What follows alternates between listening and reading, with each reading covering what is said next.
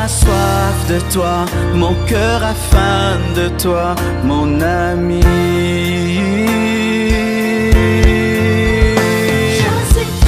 Je suis triste, je meurs. Je bénis le Seigneur pour le message qu'il a déposé dans mon cœur.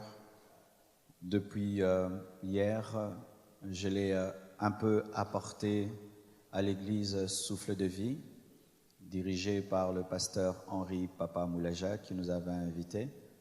Mais le Seigneur m'a demandé d'en reparler aussi à la compassion en cette période où on célèbre la mort et la résurrection de Jésus-Christ.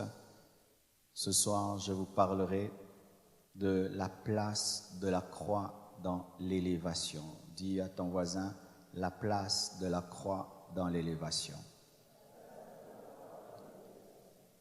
La place de la croix dans l'élévation.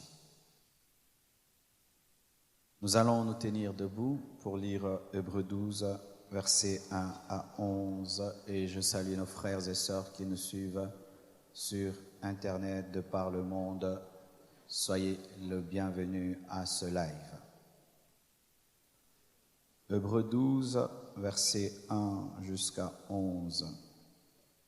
Nous donc aussi, puisque nous sommes environnés d'une si grande nuée de témoins, rejetons tout fardeau et le péché qui nous enveloppe si facilement, et courons avec persévérance dans la carrière qui nous est ouverte, ayant les regards sur Jésus, le chef et le consommateur de la foi, qui, en vue de la joie qui lui était réservée, a souffert la croix, méprisé l'ignominie et s'est assis à la gloire du trône de Dieu. Considérez en effet celui qui a supporté contre sa personne une telle opposition de la part des pécheurs, afin que vous ne vous lassiez point l'âme découragée. Vous n'avez pas encore résisté jusqu'au sang en luttant contre le péché, et vous avez oublié l'exhortation qui vous est adressée comme à des fils. Mon fils, ne méprise pas le châtiment du Seigneur et ne perds pas courage lorsqu'il te reprend, car le Seigneur châtie celui qu'il aime, et il frappe de la verge tout ce qu'il reconnaît pour ses fils. Supportez le châtiment, c'est comme des fils que Dieu vous traite, car quel est le fils qu'un père ne châtie pas? Mais si vous êtes exempts du châtiment auquel tous ont part, vous êtes donc des enfants illégitimes et non des fils. D'ailleurs, puisque nos pères selon la chair nous ont châtiés et que nous les avons respectés, ne devons-nous pas, à bien plus forte raison, nous soumettre au Père des esprits pour avoir la vie? Nos pères nous châtiaient pour peu de jours, comme ils le trouvaient bon, mais Dieu nous châtie pour notre bien, afin que nous participions à sa sainteté. Il est vrai que tout châtiment semble d'abord un sujet de tristesse et non de joie, mais il produit plus tard, pour ceux qui ont été ainsi exercés, un fruit paisible de justice. Amen. Alléluia.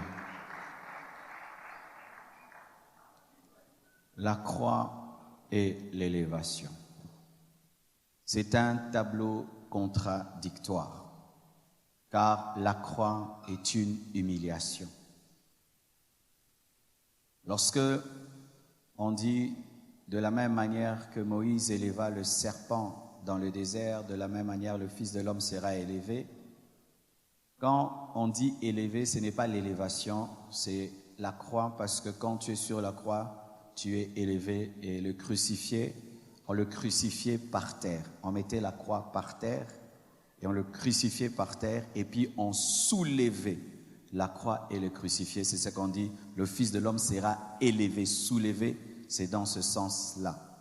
Mais l'élévation de son nom, c'est venu après l'élévation de son corps. Après qu'il soit élevé, c'est-à-dire sur une croix, il a été élevé sur les esprits, sur tous les noms. Mais ce sont deux choses contradictoires. Parce que dans la pensée humaine, c'est un trône qui élève, ce n'est pas une croix qui élève. Et lorsque nous lisons l'auteur des Hébreux, il dit ceci. Ayant les regards sur Jésus, le chef et le consommateur de la foi, qui, en vue de la joie qui lui avait été réservée, a souffert la croix, méprisé l'ignominie, ayant la vision de l'élévation qui lui était réservée, a accepté la croix, il a méprisé la croix, la honte qui s'attachait à la croix, l'humiliation qui s'est liée à la croix, et s'est assis à la droite du trône de Dieu. Jésus a accepté la souffrance de la croix parce qu'il avait la vision de s'asseoir sur le trône de Dieu. Et la Bible nous le confirme, Dieu lui a donné le nom qui est élevé au-dessus de tout autre nom. J'aimerais fixer quelque chose en chacun de nous. Tout homme aime l'élévation. Sur 10 hommes, 8 recherchent l'élévation. Et je crois que si je demandais à chacun de vous de lever la main, qui veut l'élévation, presque toutes les mains vont dire « moi je veux l'élévation ». Celui-ci veut l'élévation dans le domaine spirituel, l'autre l'élévation dans le domaine social, d'autres matériels, financiers. Tout le monde veut l'élévation. Et la Bible n'est pas contre l'élévation. La Bible parle de l'élévation. La Bible reconnaît l'élévation. La Bible dit que l'élévation ne vient ni de l'Orient ni de l'Occident. La Bible reconnaît l'élévation. Mais souvent, nous avons un problème avec le chemin de l'élévation. Le chemin de l'élévation. Le chemin de l'élévation des hommes n'est pas le même chemin de l'élévation en Dieu. C'est pourquoi beaucoup de gens qui ont été dans la politique et tout le reste, lorsqu'ils deviennent des chrétiens, ils ont du mal à suivre le chemin de l'élévation parce qu'en politique, c'est ton intelligence, des coups bas, des fourberies, tu dois te faire voir, tu dois. Et quand tu viens dans les choses de Dieu, tu vas croire que tu dois faire tout ça pour être élevé, alors que ça ne marche pas. Pour que tu deviennes un PDG, tu as fait beaucoup de choses. Pour que tu deviennes le chef de ta classe, tu as fait beaucoup de choses. Mais quand tu viens à Dieu, pour vivre l'élévation de Dieu, ça ne se passe pas comme dans le monde. Ça ne se passe pas selon les hommes. Beaucoup de gens devaient être déjà très, très loin avec Dieu. Mais leur problème, c'est qu'ils n'acceptent pas la manière dont Dieu agit. La croix avant l'élévation. La croix avant l'élévation. La croix a deux faces. Il y a la face A de la croix et la face B. La plupart des temps dans les églises, on enseigne la face A. Et beaucoup de chrétiens ne connaissent que la face A de la croix. C'est pourquoi les chrétiens ne vivent pas l'élévation. La face A de la Bible, de la croix, c'est la face des bébés spirituels, les droits. La face A te justifie, te guérit. Dans ces meurtrissures, nous sommes guéris, la face A. Par lui, nous avons la rédemption, le rachat, la face A. Du riche qu'il était, il s'est appauvri pour nous enrichir, la face A. Il s'est fait malédiction pour que nous soyons bénis, la face A. Il a été humilié pour qu'on soit élevé, la face A. Il a porté une couronne d'épines pour que nous portions une couronne de gloire, la face A. Il nous a pardonné nos péchés, la face A. Il a versé son sang pour nous, la face A. Il est mort pour qu'on vive, la face A. La face A est faite des droits, des choses que Dieu fait pour toi et il doit faire pour toi. Mais il y a une autre face. Ça, c'est la face des fils de Dieu, des matures, des personnes qui veulent les choses profondes. Et sachez, tu peux rechercher la face A de la croix et tu ne la vivras jamais. Le secret de la face A de la croix, c'est la face B. La face B. La face B maintenant de la croix, c'est la croix qui tue. C'est la croix qui est un châtiment. La Bible dit, le châtiment qui nous donne la paix est tombé sur lui. C'est une croix châtiment. C'est une croix qui brise. C'est une croix qui humilie. C'est une croix qui détruit ton ego. c'est une croix qui crucifie la chair. Parce qu'à la croix, Jésus n'a pas seulement dépouillé les démons, il a aussi crucifié la chair avec ses désirs. Mais souvent, nous sommes dans le dépouillement des démons, mais pas dans la crucifixion de la chair. La face A, tu la veux, c'est celle qui contient l'élévation. Mais ce qui produit la face A, c'est la face B. Car celui qui ne poursuit pas la face A de la croix, s'il est dans la face B, il finira par vivre la face A. Si je suis dans mes devoirs, je serai dans mes droits. Mais si je ne suis que dans mes droits, je ne vivrai jamais mes droits, car ce sont les devoirs qui provoquent les droits. Jésus a accepté la face B, il a vécu la face A. Il a accepté le châtiment de la croix, la mort de la croix, et il a reçu l'élévation par la croix. Bien-aimés mes frères et sœurs, il est possible d'entrer dans la vie chrétienne et la seule chose que tu fais, c'est que tu t'opposes au principe de Dieu. Tu ne veux pas de la croix. Tu ne veux pas de la croix.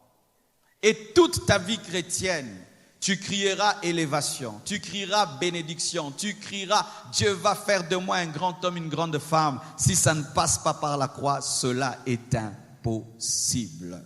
Impossible, mes frères. Je peux même t'élever à l'église. J'ai fait de toi un prédicateur. Je fais de toi un président. Si tu n'es pas passé par la croix, tu vas descendre. Tu descendras. Pourquoi? C'est seulement celui qui a accepté la croix qui est bien assis sur le trône. C'est la croix qui donne le trône et qui donne un trône stable. Mais si tu as été élevé sans passer par la croix, tu n'auras pas la stabilité, car tout ce qui est monté sans mourir ne peut demeurer.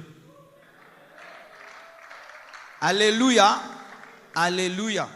C'est pourquoi vous voyez, il y a des élévations d'une année, des élévations de 2 ans, des élévations qui sont comme des étoiles filantes où la personne seulement une année et après il n'y a plus rien. C'est parce que ces personnes ont été élevées par les hommes ou par leur propre intelligence, leur propre technique, mais n'ont pas été élevées par la croix. Car lorsque la croix te met à la droite de Dieu le Père, tu ne quitteras jamais la droite de Dieu le Père. C'est pourquoi beaucoup de gens n'ont pas une élévation stable, parce que ce n'est pas l'élévation des crucifiés, car c'est seulement un crucifié qui s'assied bien, car par les traces de la croix, tu te maintiens sur le trône. Alléluia. Mes frères, faites attention aux prophéties qui ne sont pas des kits complets.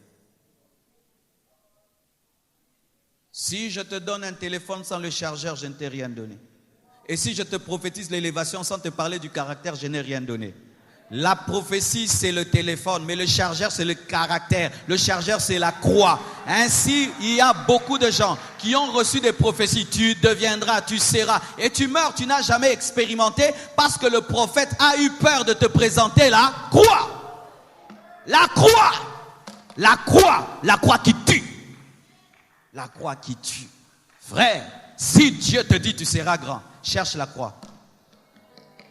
Même s'il n'en parle pas, elle est contenue dans la prophétie. Cherche-la bien, elle est toujours là. Car tel il est, tel nous sommes. Et il n'y a pas de disciple qui soit supérieur à son maître. Si lui il est passé par la croix, nous devons y passer par la croix. Car le crucifié n'engendre que des crucifiés. Et seul un crucifié peut suivre un autre crucifié. C'est pourquoi Jésus-Christ a dit, celui qui veut être mon disciple, qu'il renonce à lui-même, qu'il se charge chaque jour de sa croix et qu'il me suive. Tu veux suivre qui? Jésus, le crucifié, et tu es vivant. Comment vous allez marcher ensemble? Il est mort pour que nous soyons des morts.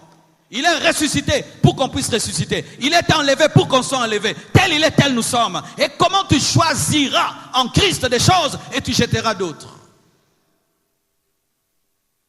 Alléluia. Et d'ailleurs, je vous donne ce verset-là. Luc 14, 26 à 27 dit ceci. Si quelqu'un vient à moi, et s'il ne hait pas son père, sa mère, sa femme, ses enfants, ses frères et sœurs, et même sa propre vie, il ne peut être mon disciple. Et quiconque ne porte pas sa croix et ne me suit pas ne peut être mon disciple. Ainsi, ce verset nous révèle beaucoup de choses. Il nous révèle la croix de Jésus et notre croix. La croix de Jésus-Christ est physique, mais notre croix n'est pas physique, mais peut devenir physique. Je sens des choses aujourd'hui. Je sens le ciel ouvert dans la révélation. Toi, tu n'as pas apporté une croix physique. C'est pourquoi allez interdire à vos frères qui font les chemins de la croix. Dites-le vraiment, ça c'est le sport qu'ils font avec un bois. Alléluia. Dites-leur qu'ils arrêtent de faire bandage jusqu'à limiter en train de marcher. Jésus n'a pas demandé ce genre de chemin de la croix où on transpire. Mais le chemin de la croix, c'est la croix spirituelle dans ta vie où tu renonces à toi-même. Arrêtez de porter des croix. Arrêtez de transporter des croix. Et arrêtez de faire transporter aux enfants d'autrui des croix et aux mamans d'autrui des croix. Nous n'avons pas transporté des croix physiques, nous transportons une croix spirituelle. Et la crucifixion n'est pas physique, elle est d'abord spirituelle. La croix de Jésus est physique, mais ma croix n'est pas physique. Mais ma croix spirituelle peut me conduire à une croix physique. Car Pierre est mort sur une croix. Beaucoup d'apôtres sont morts sur des croix. C'est lorsque maintenant il y a la manifestation du spirituel où tu dois mourir maintenant physiquement parce que tu es mort spirituellement. Mais nous n'avons pas à monter sur des croix. Il y a des endroits où les chrétiens, les jours de la Pâque, montent aussi sur des croix. Porte une croix ici, là-bas, c'est rien du tout. La croix, c'est dedans. La croix, c'est dedans. Et la Bible dit tous les jours, même samedi. Il faut être crucifié tous les jours, même samedi. Car beaucoup de chrétiens quittent la croix le samedi. Vous quittez les croix le jour de la fête. C'est le jour que vous portez des données. Vous quittez la croix le jour de la fête.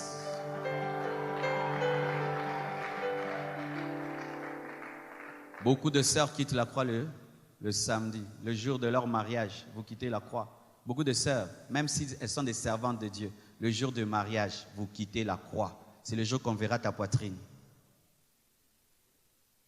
Tous les jours. La croix, on n'est pas crucifié un jour, on est crucifié tous les jours. Il faut des mises à jour de la croix tous les jours.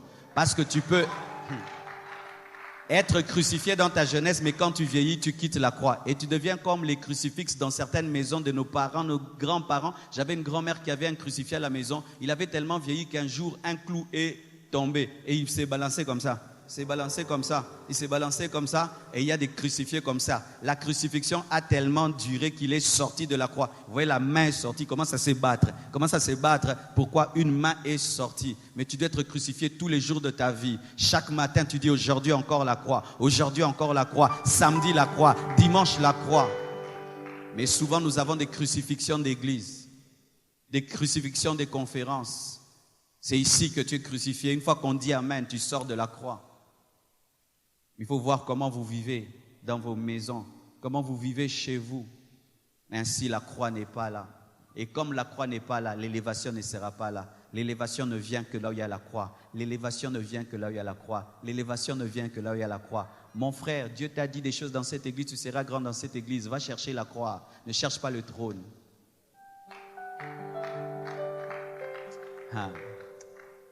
Je vois ça souvent dans les jeunes. Quand il a un appel de Dieu, Dieu lui a dit tu seras grand, il commence à chercher la grandeur. Non. Quand Dieu te dit tu seras grand, va chercher la petitesse. Le Fils de Dieu en venant sur la terre a cherché une crèche. Il n'a pas cherché un palais. Le Fils de Dieu pour devenir grand a cherché la mort. Et lorsque même on l'empêchait de mourir, il a dit ne dois-je pas boire la coupe que je dois boire? Il savait qu'il devait boire la coupe. Et lorsque ses disciples ont dit, j'aimerais être à ta droite, à ta gauche, il a dit quoi? Est-ce que vous comprenez ce que vous demandez? Pourrez-vous boire la coupe que je boirai? En soi, c'est la coupe qui introduit vers le trône. C'est la coupe qui donne des trônes. Et la coupe, c'est quoi? C'est la croix. Je serai grand. Dieu va m'élever. Je serai grand dans cette église. Je serai grand dans ce monde. Je vais bouger le monde. Et quand on te regarde, il n'y a pas la croix. Parle beaucoup. Continue à parler, ça n'arrivera jamais, car les démons ne respectent que le crucifié. Si vous ne savez pas, Jésus-Christ a vaincu plus d'ennemis par sa mort que par sa vie. Il est comme Samson. Samson a tué plus d'ennemis par sa mort que par sa vie. Même Délile est mort par la mort de Samson. Il a tué les Philistins par sa mort. Et Jésus-Christ, à la croix, il a dépouillé même les démons qui ne chassaient pas lorsqu'il était vivant. Et toi, tu veux vaincre les démons, mais tu refuses la croix. Tu refuses la croix, tu es vivant. Si on te parle, tu réponds. On joue avec toi, tu montres. Pourquoi? Je serai grand. Tu resteras tel que tu es. Mes frères, je suis chrétien, ça fait maintenant plus de 29 ans. Plus de 29 ans de vie chrétienne. Et quand je te parle, écoute-moi bien. Écoute-moi bien, mes frères.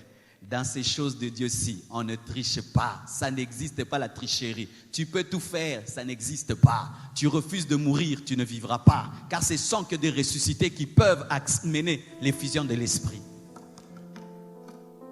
Christ doit mourir pour ressusciter et ressusciter pour répandre l'esprit. Mais toi, tu veux la Pentecôte, tu ne veux pas la croix. Comment vas-tu sauter l'étape?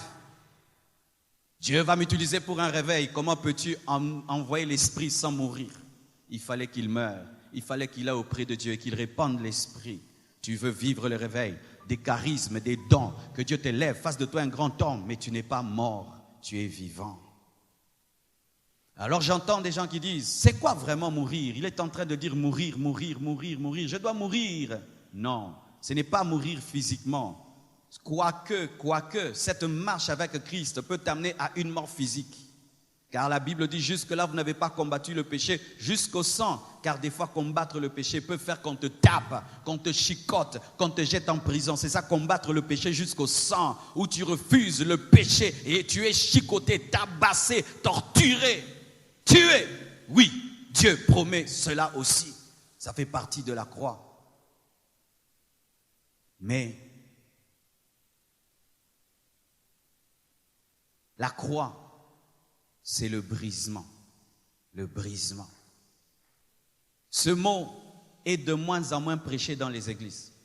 Nous, brisement, c'était un mot tout le temps dit à l'église. Dieu me brise, Dieu va te briser. Ça, on n'entend plus à l'église. C'est pourquoi si on a des chrétiens non brisés, des serviteurs de Dieu non brisés, des chrétiens non brisés, parce que la notion du brisement n'existe pas. Mes frères, si tu veux planter dans la terre sans sarcler la terre, sans briser la terre, comment est-ce que la graine va entrer? Avant de s'aimer, on sarcle la terre et puis on sème. On brise la terre et puis on sème. Avant même que la graine ne puisse donner du fruit, elle doit pourrir, elle doit mourir. Mais nous voulons des arbres, mais nous ne voulons pas que les graines meurent.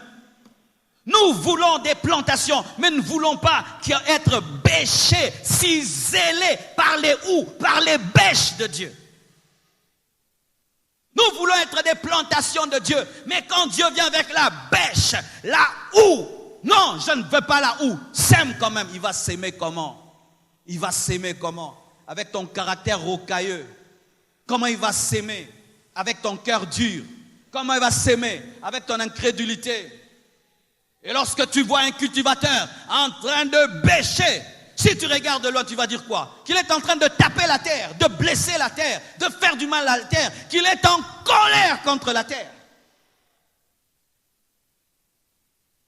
Et quand Dieu vient comme ça, tu n'aimes pas ce Dieu-là qui vient te châtier. Oui, car même si nous sommes dans le Nouveau Testament, Dieu châtie ses enfants. Il vient te corriger. Et il vient te remettre sur le chemin. Il te brise, il t'humilie. Car des fois tu n'entends pas quand il te parle. Il permet des circonstances dans la vie qui te rabaissent. C'est ça la croix. Et tu acceptes ça avec joie. Comme quand on était chez nos parents. Ton père te punit parce que tu as eu 0 sur 10. Tu es content parce qu'il te pousse à étudier. Dieu châtie aussi mes frères. Et il châtie ceux qu'il aime. Si tu fais des bêtises et des bêtises, Dieu ne te châtie pas. Tu n'es plus son enfant. Le châtiment est la preuve que tu es l'enfant. Dieu a châtié Jésus pour les péchés de l'humanité. Le brisement, le châtiment, la correction de Dieu, où tu sens que Dieu t'a corrigé. Est-ce que même vous sentez les corrections de Dieu? Il y a des gens qui sont tellement distraits que même quand Dieu les corrige, ils pensent que c'est le diable. Dieu se sert même des mauvais caractères des gens. Quand Dieu veut te briser, il peut te donner un président qui est bizarre. Il peut te mettre dans un département, les gens de mauvais caractères, et Dieu te dit supporte-les. Mais qu'est-ce que vous faites toute votre vie? Vous fuyez, vous fuyez. Tout département vous brise, vous fuyez. Quelqu'un te blesse, tu fuis. Alors qu'il est la méthode de Dieu pour ton caractère. Et toute ta vie, tu ne fais que esquiver la croix, esquiver la croix, esquiver la croix, esquiver la croix, esquiver la croix. Alors que cette personne dans ta vie vient traiter un mal qui est en toi. Un mal qui est en toi, traiter ça, mais tu enlèves. Tu es comme un malade qui n'aime pas le médicament. Quand Dieu te dit, je ferai de toi un homme grand, mes frères, c'est pas tout. Il a dit à Joseph, il sera grand. Par où Joseph est-il passé? Il devait être l'esclave, le domestique. Il a appris à être ministre en étant domestique. Joseph a appris à être ministre en étant domestique. Mais toi, tu ne voudras pas être le domestique de Potiphar. Non, Dieu m'a dit, je serai grand. Je ne peux pas être le domestique. C'est comme certains frères. Il est licencié et Dieu lui a dit, tu seras PDG. Mais Dieu dit, toi, pour que tu sois PDG, tu vas être huissier dans cette entreprise et c'est alors que tu monteras. Jamais, vu mon diplôme, vu mon niveau, c'est pourquoi tu meurs, tu n'as rien fait. Est-ce que vous m'entendez? L'imposition de main n'enlève pas la croix. Car vous aimez beaucoup prier, beaucoup jeûner, mais vous ne voulez pas la croix. Passe tout ton temps mangengenge. Mangengenge n'est pas la croix. Alléluia. Prie comme tu veux. La prière ne remplace pas la croix. Jésus a prié au jardin de Gethsémane, mais il n'a pas reçu le nom qui est élevé au-dessus de tout autre nom au jardin de Gethsémane. C'est à Golgotha, c'est à Golgotha, c'est à Golgotha. Je dis c'est à Golgotha. Ton problème, c'est que tu penses que la prière va tout résoudre, alors que des fois, il faut Golgotha. Dieu t'invite au brisement. Je vais prier. Dieu te dit, humilie-toi, je vais prier. Je suis en retraite pour mon caractère. Des fois, on n'entre pas en retraite pour le caractère, on se soumet. On se soumet, c'est tout. Sinon, tu n'auras que des prophéties écrites, tu ne vivras rien. Et je t'assure, dans cette école, personne ne peut t'aider. Une mère est venue voir Jésus pour influencer Jésus à élever ses enfants à sa droite et à sa gauche. Jésus a dit, ça je ne peux pas faire. On ne peut pas corrompre Jésus. Il boit, il est élevé. Il ne boit pas, il n'est pas élevé, même si c'est ton fils. Êtes-vous en train de boire vos coupes? L'homme qui est là, il est en train de faire quoi? La femme qui est devant moi fait quoi? Buvez-vous vos coupes, mes frères. Buvez-vous vos coupes. Buvez-vous vos coupes. Certains devaient travailler dans les toilettes de l'église, hein? L'Esprit t'a dit de travailler dans les toilettes. Tu refuses. Tu as fui ta croix. Certains, Dieu vous a dit de balayer l'église. Vous refusez. Vous avez fui vos croix. Vous voulez directement passer ici. Ici. Frère, si quelqu'un t'élève en sautant l'étape de la croix, il t'a détruit. Il t'a détruit. Je fais de toi un pilote, mais tu n'as pas appris le pilotage. Je t'aime. Je t'ai tué. Êtes-vous en train de boire vos coupes? Vous aimez la grandeur sans aimer l'humilité. Vous aimez la grandeur sans aimer la bassesse. Vous aimez la grandeur sans aimer qu'on marche sur vous, qu'on vous écrase, qu'on vous méprise, qu'on vous diminue, qu'on vous ridiculise. Ça ne marche pas. Jésus était ridiculisé, Jésus était minimisé. On a arraché sa barbe. Il est mort nu, sans habit. Mais aujourd'hui, il porte quoi? Une robe qui brille et il a une ceinture d'or sur la poitrine. Mais toi, tu veux la ceinture d'or de Jésus, mais tu ne veux pas être nu sur une croix. Parce qu'il faut qu'on t'enlève les vêtements à la croix pour qu'on t'habille. Donne-moi la main que je parle. Regardez Joseph. Son père lui donne une tunique et ses frères lui arrachent. C'est alors que Potiphar lui donne aussi une tunique. Mais lorsqu'on le jette en prison, on lui arrache cela. C'est alors qu'aussi, on lui enlève les habits du prisonnier, on lui donne la tunique de Pharaon. C'est-à-dire, il faut que toujours Dieu te débarrasse d'une tunique pour te faire porter une autre. Mais ton problème, tu es tellement attaché à ton ancienne tunique. C'est pourquoi une nouvelle tunique ne vient pas. Regardez comment l'arbre grandit. Jette les feuilles, il grandit. Jette les feuilles, il grandit. Jette, il grandit. Mais toi, tu veux t'attacher aux premières feuilles comme une grande personne qui s'attache aux couches de quand il était bébé. C'est ça ton problème. Tu es dans la vie chrétienne mais avec l'intelligence humaine. Tu penses que la gloire est dans la gloire. La gloire n'est pas dans la gloire. La gloire est dans la mort. Pourquoi? Dieu a peur des vivants parce que les vivants veulent la gloire. Mais les morts ne touchent pas la gloire. Un homme de Dieu dans cette nation, le jour de sa mort, le stade s'était rempli. Il a fait un plein qu'il n'a jamais fait de toute sa vie. J'ai dit à Dieu, comment tu peux faire ça? Cet homme t'aimait et te servait. Pourquoi c'est à sa mort que lui donne une telle foule? Il me dit, c'est parce que là, il ne peut pas me la voler. Là, je suis sûr que la gloire me reviendra, il ne peut pas y toucher. Ton problème, mon frère, c'est que tu es trop vivant pour que Dieu te bénisse. Tu es trop vivant. Tu fuis tout le temps la croix, tu esquives tout le temps la croix. Et lorsque la croix vient crucifier ta chair, car la croix aussi opère par la parole. Quand je prêche comme ça, tu vas sentir la croix. Elle va venir vers ta chair, vers un défaut de caractère. Et va te dire, ça tu arrêtes. Et souvent les gens font quoi? Quand maintenant la croix vient vers un défaut de caractère, ils font tout pour se distraire. Ils commencent à penser à autre chose. Ils disent, moi je suis venu à l'église, je ne suis pas venu changer. Vous voulez venir à l'église sans changer. Vous venez faire quoi? Vous venez à l'église pour ne pas changer. Qu'est-ce que vous êtes venu faire? Si tu es venu à l'église pour ne pas changer, rentre à la maison. Vous venez à l'église pour ne pas être changé. Vous voulez écouter, apprécier la parole, mais vous ne voulez pas changer. Alors pourquoi vous écoutez la parole? C'est comme quelqu'un qui va à l'école, il ne veut pas réussir. Reste à la maison. Et des fois, la croix, c'est quand tu pries. Je ne sais pas si tes moments de prière sont comment, mais moi, mes moments de prière sont doubles. Des fois, mes moments de prière me donnent la joie, mais des fois, mes moments de prière me torturent. Je ne sais pas si toi, tu vis comment quand tu pries. Des fois, quand je prie, j'ai la joie. Mais des fois, quand je prie, je suis torturé. Torturé par une lumière de l'esprit sur mon caractère. Il éclaire tellement tes défauts et tu souffres. Il te dit, ça je ne veux plus, ça je ne veux plus, ça je ne veux plus. Mais je pensais que c'était bien. Non, plus ça, plus ça, plus ça, plus ça, plus ça. Et puis tu dis, je suis venu seulement pour que tu me fasses des reproches. Je dis plus ça, plus ça, plus ça, plus ça. Et plus tu cèdes, plus il t'élève. Plus tu résistes, plus tu stagnes. Car dans le domaine de l'esprit, la vitesse est dans la mort. Moïse a voulu voir la gloire de Dieu. Dieu lui a dit, tu ne peux la voir. Mais quand il est mort, il a vu Jésus-Christ à la montagne de la transfiguration. Dieu l'a exaucé. Dans sa mort, il a vu la face. Mais dans sa vie, il n'a jamais pu voir. Car Dieu voulait enseigner que certaines choses, on ne peut le voir que si on meurt à soi-même. Vous voulez la gloire? Mourez. La gloire tue les vivants. Mais la gloire ne fait rien aux morts. La gloire tue les vivants. Et je t'assure, si même Dieu t'exauce, malgré que tu es vivant en toi, tu vas voir ce qui va t'arriver. Tous tes défauts vont se manifester, mais en plein air. Tu vois, quand tu es là et tu n'es pas élevé, tu as des défauts graves. C'est très bien. Dieu te protège en ne t'élevant pas. Oh Seigneur, élève-moi. Il dit, non, mon fils, je ne veux pas t'humilier. Je ne veux pas t'humilier. Dieu ne m'aime pas. Toutes ces années, il ne m'élève pas. Il t'aime trop qu'il ne veut pas t'humilier. Alors si tu t'endurcis, il va t'élever malgré que tu n'es pas brisé. Et quand tu vas être élevé, vous voyez comme je suis ici, vous voyez ma chemise, s'il y a un défaut ici, vous voyez, s'il y a un problème ici, vous voyez, tout est là. Alors tu es là-bas habillé comme un fou, tu veux monter ici.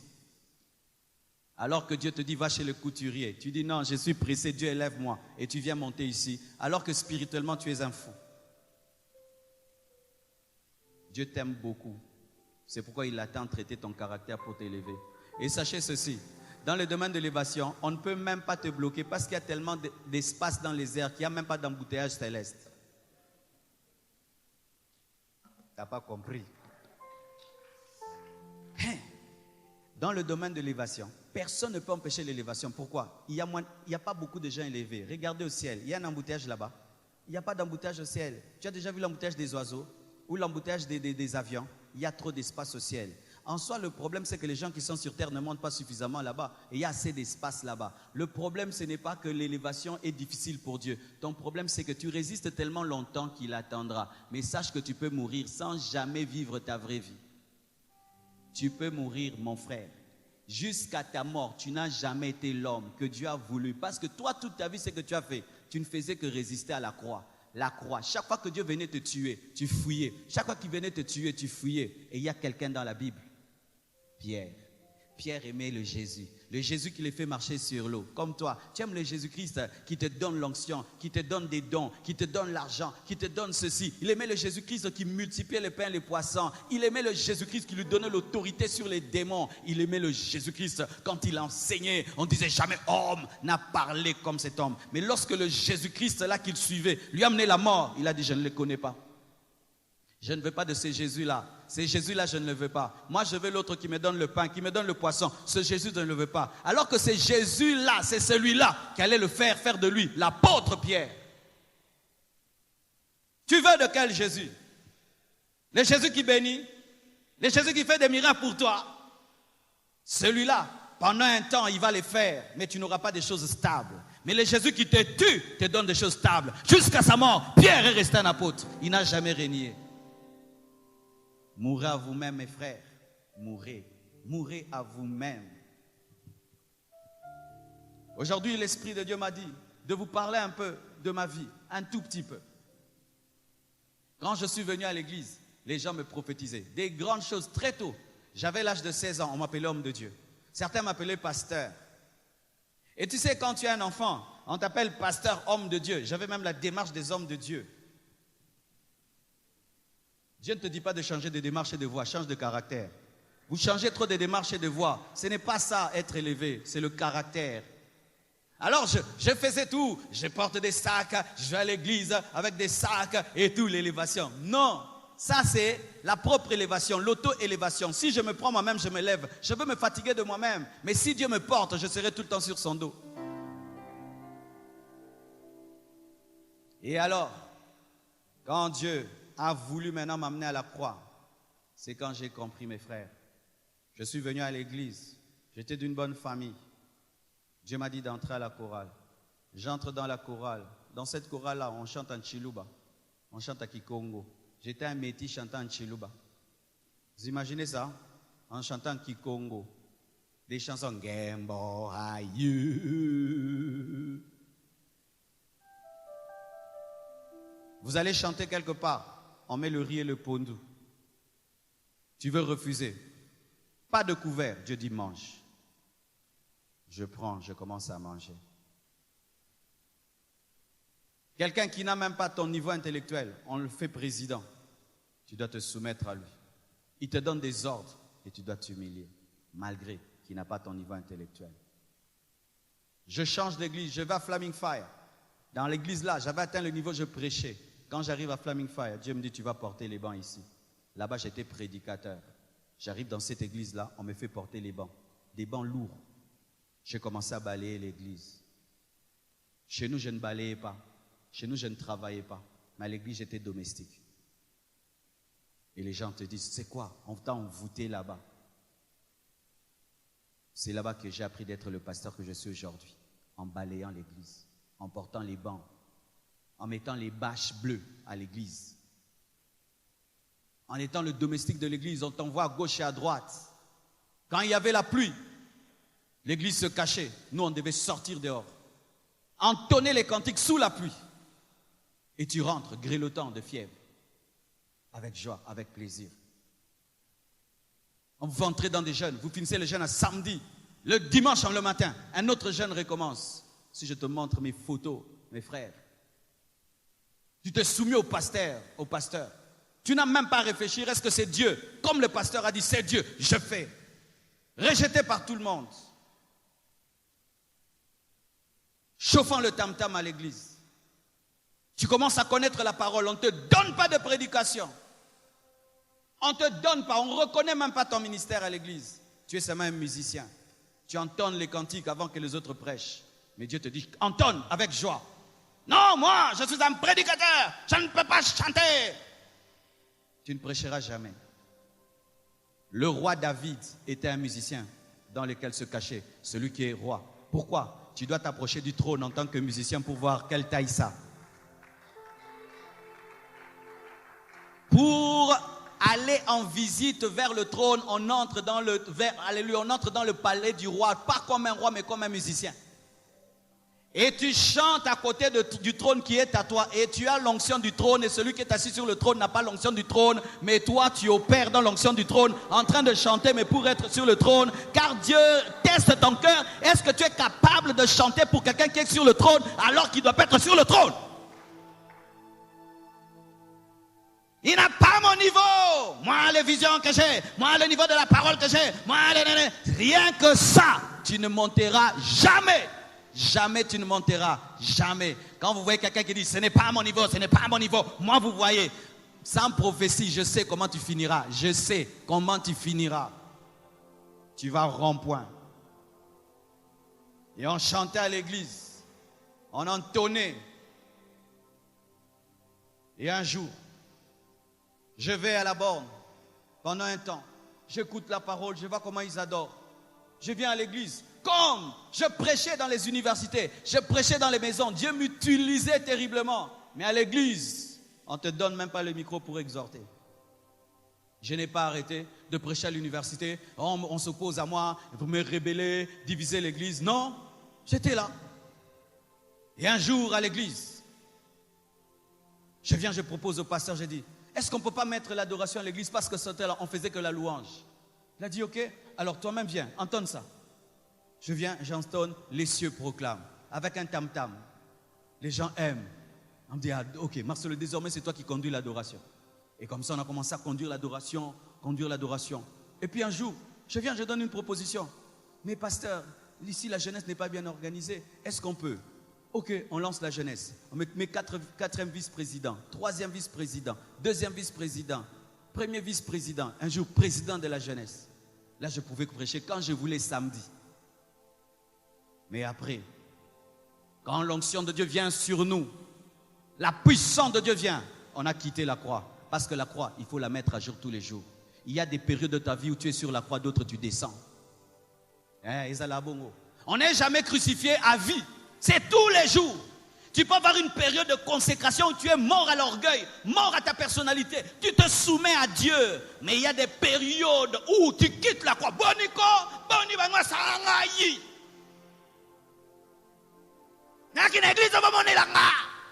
Akiti.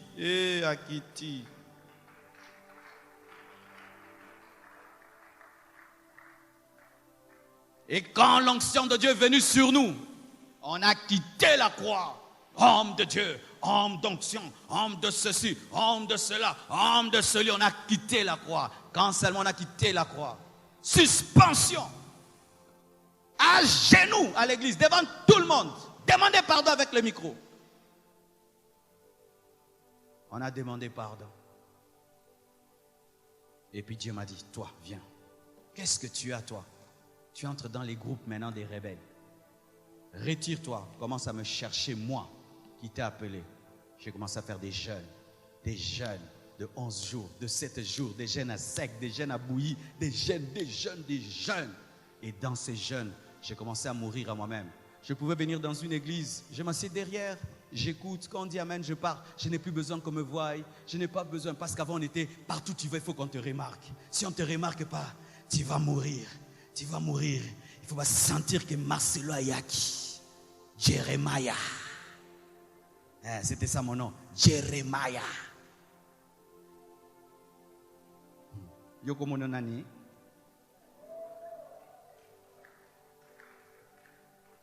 Je commençais à mourir au regard des hommes.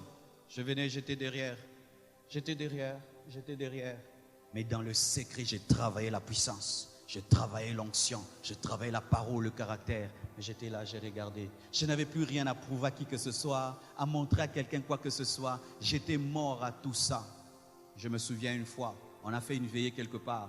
Tout le monde a prêché. Moi, on ne m'a même pas donné la parole. On m'a dit, viens seulement prier pour les intercesseurs. Je suis venu, j'étais fatigué de jeûne. Je suis seulement venu comme ça. J'ai dit aux intercesseurs, venez, tournez-moi. Ils ont tourné, j'ai fait seulement ça. Tout le monde est tombé par terre. J'ai sorti, je suis parti. Ils ont dit que cet enfant est en train de chercher Dieu dans le secret. Et puis il fallait qu'on prie pour moi, que je commence la compassion. J'étais mince comme tout. On a prié pour moi. Je suis allé. Quand je suis allé, je suis sorti des rivalités, des compétitions. J'ai oublié tout le monde qui est autour de moi. J'ai commencé à travailler, prêchant sur le soleil, sans micro, pas de baffe, rien. Tu prêches, tu rentres à la maison, ta peau s'abîme, tu es brûlé par la sueur et par la chaleur. Tu travailles. Et puis un jour, un ange m'est apparu.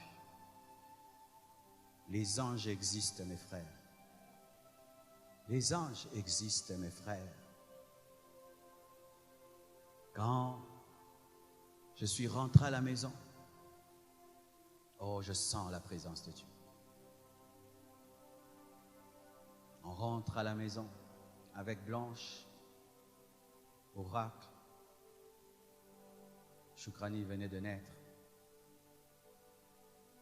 On trouve le feu à la maison. On n'a pas pu dormir dans la maison.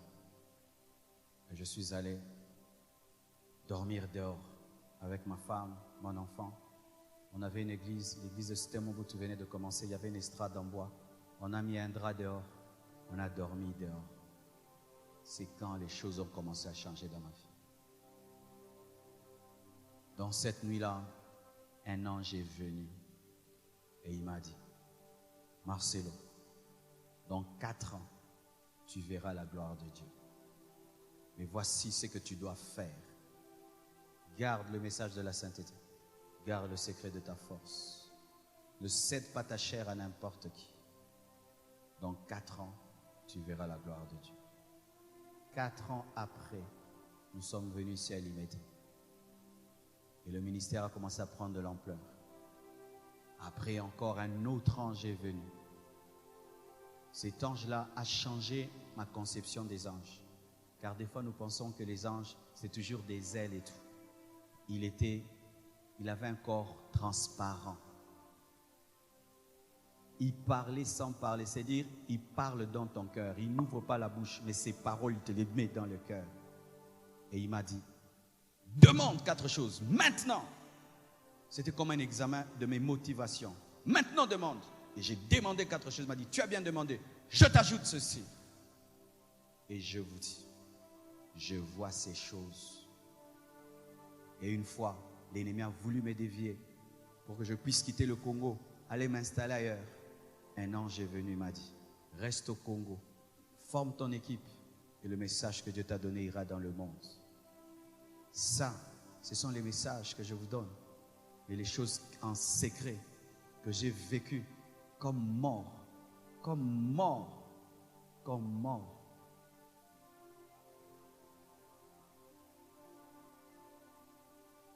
Peux-tu accepter d'aller à Washington? Tu n'as jamais été à Washington, mais tu vas là-bas, tu n'habites qu'une chambre.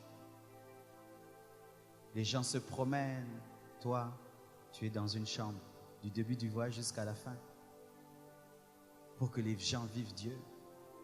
Tu vas à Miami, les gens trouvent que tu es à Miami, mais toi, tu n'es que dans une chambre du matin au soir, et puis tu prends l'avion, tu pars. Les autres peuvent se promener, pas toi, pas toi. Où tu deviens prisonnier de Dieu. Prisonnier de Dieu.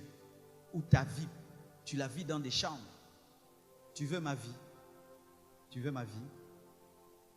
Peux-tu accepter de passer ta vie dans une chambre? Alors qu'il y a 4, 5 voitures dehors. Tu peux aller te promener n'importe où tu veux. Mais tu habites ta chambre, tu habites ta maison. Un mort reste sur place. Quand tu mets un mort ici, reste là. Tu ne peux pas laisser un mort là et puis sors là. Et toi, tu aimes beaucoup te promener. Tu aimes beaucoup te promener.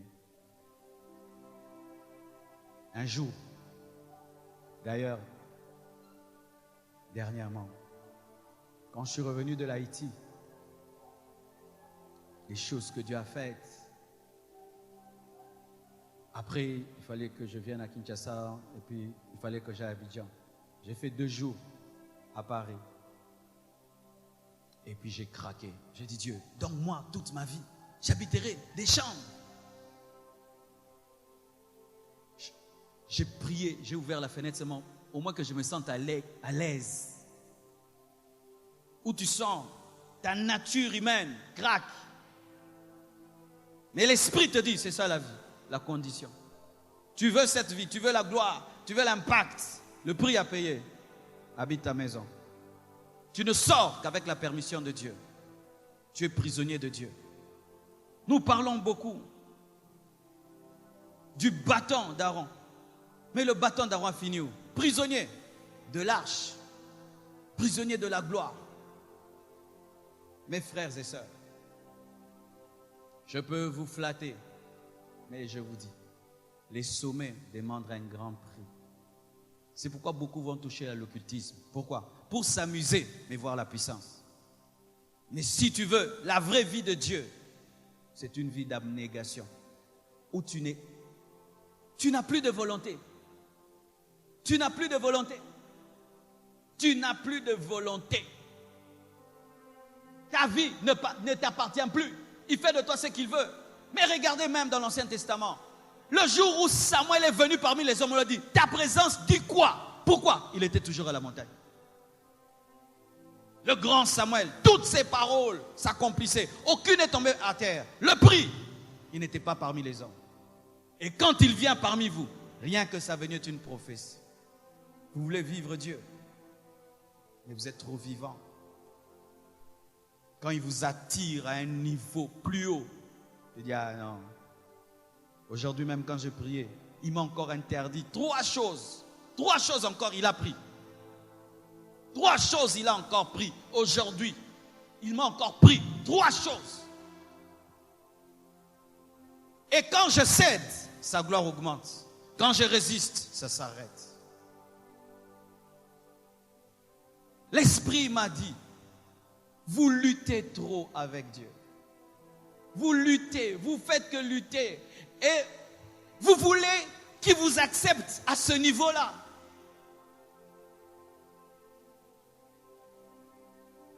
Si tu as déjà goûté des bonnes choses, est-ce qu'on peut te mentir? Quand tu manges une chose qui n'est pas bonne, tu manges un makemba qui n'est pas bien bouilli. Quand tu manges, tu sens que ce n'est pas bien bouilli. Vrai ou faux? Dieu a déjà mangé des Paul. Il a mangé Paul, un homme consacré à lui totalement. Il sait c'est quoi la consécration.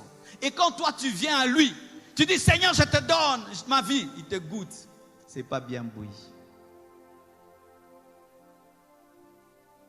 Paul, Pierre, se sont totalement offerts. Le problème n'est pas au niveau de Dieu. Le problème, c'est à ton niveau. La Bible dit, l'année de la mort du roi Osias, j'ai vu le trône de Dieu. C'est la mort qui engendre la vision. Tu ne peux pas voir le trône si Osias ne meurt. Et Osias n'est pas n'importe qui. Osias est un péché roi. Le péché que tu gardes lorsque tu as tout abandonné. Le péché que tu gardes quand tu as tout abandonné. Le péché qui te dit pas moi, eux peuvent partir, pas moi. Ce péché-là, c'est lui qui bloque ton élévation. Tu vois le péché là que tu commets? Tu as abandonné beaucoup, mais il y a un qui ne te quitte pas. C'est lui le blocage de toute ta vie. Ce péché-là, si tu ne le tues pas jusqu'à ta mort, tu ne vivras jamais ta destinée. Jamais, jamais. Osias te rend aveugle. Osias. Et tu sais mon frère, quand tu es Osias dans ta vie, personne ne sait. Toi et Dieu, vous savez. Et tu peux faire semblant. Osias bloquera toujours ta vie. J'aime raconter l'histoire d'un homme qui m'a bouleversé. Si vous allez sur YouTube, vous tapez son nom. Alain Alonso. Cet homme faisait pousser les pieds des gens. Il faisait grandir les gens. Il prie pour toi, tu grandis. Cet homme voulait que Dieu l'utilise puissamment. Mais il avait un problème, il n'arrivait pas à jeûner. Il aimait beaucoup manger. Comme toi, il y a Dieu qui t'appelle dans un jeûne très long. Toi-même, tu ne fais que fuir ça toute ta vie. Je vais maigrir, je vais perdre la taille, je vais perdre la santé, je vais disparaître pendant un temps. Mais maintenant, comment? Jusqu'à ta mort, tu ne vivras jamais la main de Dieu. Oui, il y a des gens ici, Dieu vous dit de disparaître, même 2 semaines, de ne boire que de l'eau. Vous refusez ça toutes vos vies. Toutes vos vies. Vous ne faites que fuir ça. Vous aimez manger, manger, manger. Ça sert à quoi de manger, je suis pauvre. De manger, je n'ai pas d'onction. De manger, je ne chasse pas les démons. De manger, ma vie n'influence pas. De manger, je n'ai pas de vision. Dieu ne me parle pas. Ça sert à quoi? Je ne peux pas supporter une telle vie. Je ne peux pas supporter une telle vie. Que Dieu me prenne. Qu'est-ce que je fais sur la terre? Et cet homme, il fouillait. Dieu lui dit jeûne. Quand il entre en jeûne, il mange. Il entre, il mange. Et puis un jour, il a fait le jeûne. Dieu est venu lui parler. Dieu lui parlait, il devait écrire de sorte qu'il disait Dieu, arrête de parler vite, je ne t'entends plus. Et il écrivait. Dieu lui a dit, voici les choses que tu dois arrêter dans ta vie. Il avait 13 péchés, 13 ou 12 péchés. Homme de Dieu qu'il était, il avait 13 à 12 péchés. Il a dit, ça je ne veux plus, ça je ne veux plus, ça je ne veux plus. Il a commencé à abandonner un après l'autre. Et plus il abandonnait, l'onction ajoutait, la gloire augmentait. Et puis, c'était l'explosion. Il commençait à faire pousser les membres des gens comme ça. Il te tient là, il pousse. Ta jambe grandit. Mais qu'est-ce qui lui est arrivé? Comme j'ai prêché, tous les jours de ta vie, tu dois te crucifier. Après un temps, quand l'onction est venue, la gloire est venue, Dieu l'utilisait terriblement. Il a repris 2 péchés. L'alcool et la drogue. Il se droguait, il buvait l'alcool, mais il priait. Les malades étaient guéris. Les morts. Il priait, les pieds grandissaient. Il était revenu en secret à 2 péchés. Et vous savez comment il est mort? Ivre, rempli de drogue. Il voulait traverser une route. Un train est venu, l'a tué. Il est mort avec la drogue dans le corps. Je ne sais pas s'il est allé au ciel. Bien-aimés frères, il y a une devise que j'ai ces derniers temps. Dieu n'a jamais tort. Dieu n'a jamais tort. Quand tu vois la vie de quelqu'un qui stagne, lui-même sait, il a des problèmes avec Dieu. Il y a des choses dans sa vie qu'il refuse de traiter. Quand tu vois un ballon, tu le jettes comme ça, il retombe. Tu le jettes, il retombe. Ce n'est pas un problème d'air. Vérifie, il y a un problème dans le ballon là. Il y a soit une pierre, soit il y a de l'eau, soit il y a quelque chose. Il y a quelque chose. Qu'est-ce qu'il y a dans ta vie, mon frère? Qu'est-ce que tu refuses de crucifier, mon frère? Qu'est-ce que tu refuses de crucifier?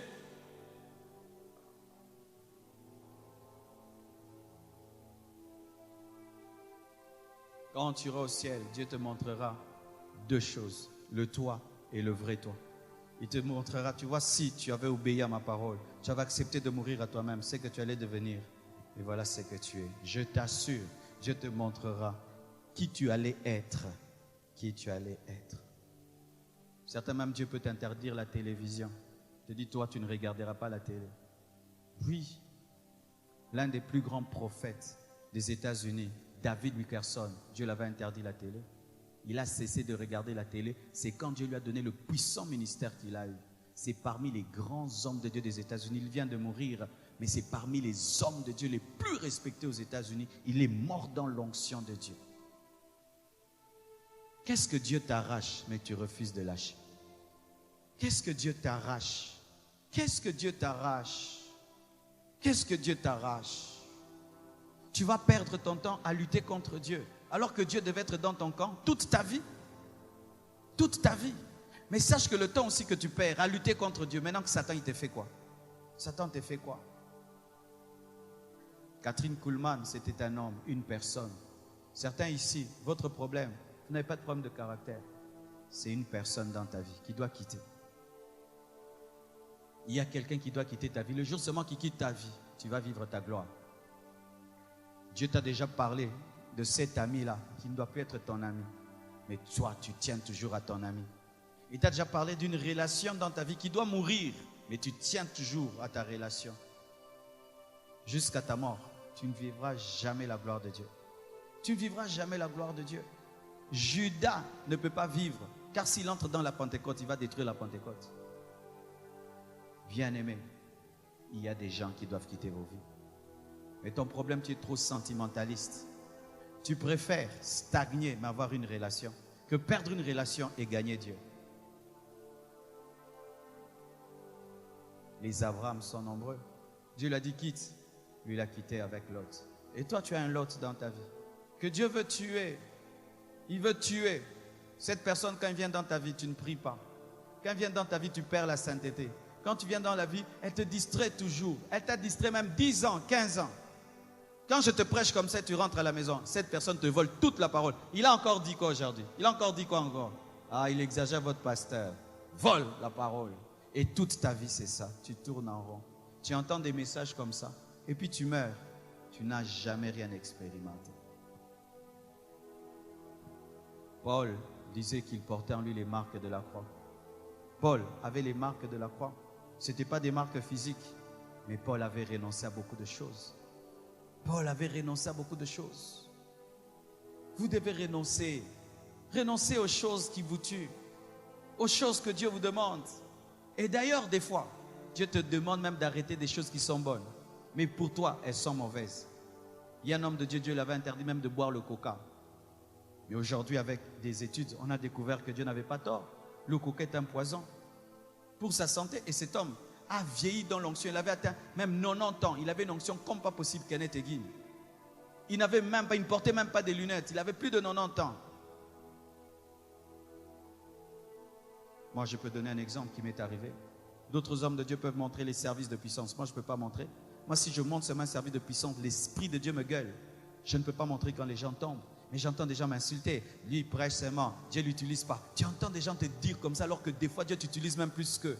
Tu as besoin de montrer. Hein? Dieu ne m'utilise pas. Ça va. Commence à filmer aussi. À montrer maintenant aussi, moi, quand je prie. Dieu te dit non.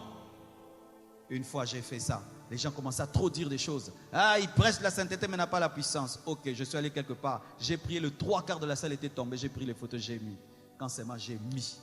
Dieu m'a dit, si tu oses continuer comme ça, je ne vais plus le faire.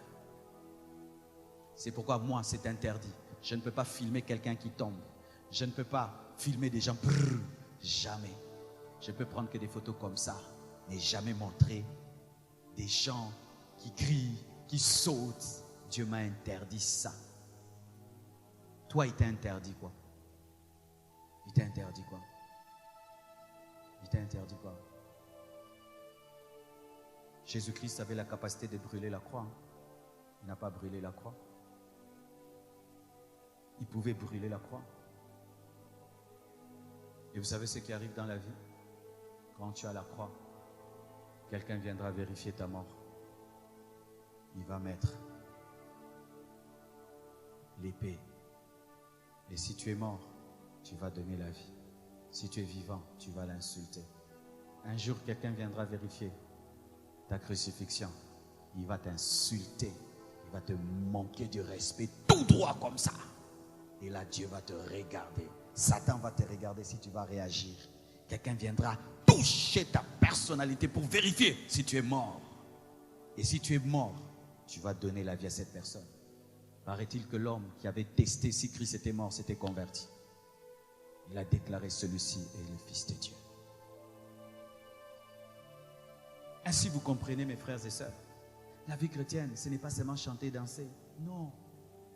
Quand on dit Amen ici, il y a des choses qui se passent dans nos maisons, dans nos moments de prière, des décisions que nous prenons. Les gens te voient seulement, mais ils ne savent pas que dedans, tu es en train de changer. Mais si vous limitez vos vies chrétiennes à venir à l'église, chanter, écouter la parole, donner vos offrandes et rentrer à la maison, mais vous ne prenez pas la parole pour l'appliquer à vos vies, et surtout, quand la parole vous fait mal, vous la refusez et vous voulez vivre Dieu de votre manière, mes frères, Dieu gagne toujours. Dieu gagne toujours. Moi, depuis que j'ai compris qu'il gagne toujours, je ne perds plus mon temps à le convaincre. Je ne perds plus le temps à me battre avec lui. Je me bats par sa grâce, par l'esprit, de pratiquer tout ce qu'il me dit. Je ne suis pas encore arrivé à la perfection, mais tous les jours de ma vie, s'il me dit 3 choses, et puis après, tu arrives à 3 choses que tu enlèves. Il dit maintenant 2 autres choses. Et puis après, encore ceci, encore cela. Et voici ce qui va t'arriver. Un jour, tu ressembleras à Jésus. Les gens, en te regardant, verront Jésus. Ils verront Jésus. Les chrétiens, quand on les a regardés, vous êtes comme Christ. Vous êtes comme des Christ. Tu finiras par ressembler à Jésus. Parce que quand Dieu te taille, il regarde Jésus, il te taille. Ah, Jésus part comme ça, caca. Jésus réagit comme ça, papa. Jésus marche comme ça, papa. Il ne regarde pas ton père ou ta mère pour te tailler. Il regarde son fils et puis te taille jusqu'à ce que tu seras comme son fils. Et tu vois Jésus. Dites Jésus. Jésus parlait comment, mes frères? Jésus parlait comment? Est-ce que Jésus peut parler à quelqu'un et la personne est blessée par sa méchanceté? Non. Est-ce que Jésus parlait comme un orgueilleux? Non. Est-ce que Jésus était colérique? Non. Est-ce que Jésus était jaloux? Non. Jésus était impudique? Non. Jésus passait une journée sans prier? Non. Est-ce que Jésus passait une journée sans parler de Dieu? Non. Est-ce que Jésus s'habillait comme un impudique? Non. Est-ce que Jésus fuyait les jeunes? Non. Est-ce que Jésus avait ministère sans onction? Non. Est-ce que Jésus ratait les miracles? Non. Est-ce que Jésus faisait des prières de 10 minutes, de 5 minutes dans la distraction? Non. Est-ce que Jésus avait des doutes? Non. Est-ce que Jésus avait peur? Non. Non. Nous ressemblons à qui, chrétiens? Les chrétiens d'aujourd'hui, ne ressemble pas à Jésus. Il ressemble au monde, il ressemble au diable. Parce qu'aujourd'hui, nous avons un christianisme sans la croix. Nous avons un christianisme sans la croix. Les prédicateurs ne parlent plus de la croix. Les enseignants ne parlent plus de la croix. Même les chrétiens qui viennent à l'église ne viennent pas pour être crucifiés. Ils veulent que des bonnes choses.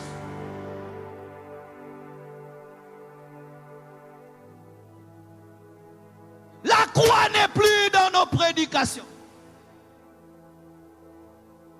La croix a quitté le christianisme. Vous serrez, vous serrez, vous serrez, vous serrez. Bangunanayo, bangunanayo, vous serrez. Vous pensez que dans l'église primitive, on enseignait comme ça? Vous pensez que de telles prédications peuvent engendrer des Paul, peuvent engendrer des Pierre, peuvent engendrer des Philippe, des Étienne, de telles prédications peuvent engendrer des chrétiens comme des Étienne.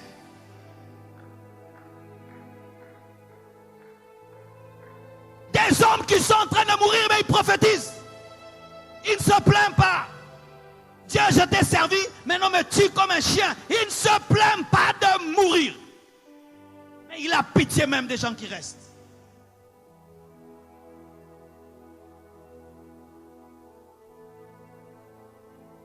Où nous venons, nous vous flattons.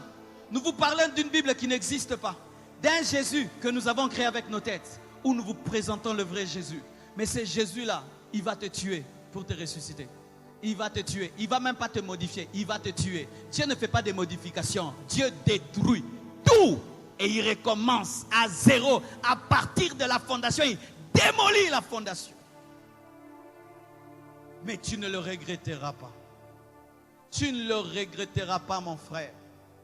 Il n'y a pas un bonheur dans la vie que d'être un homme qui vit avec Dieu.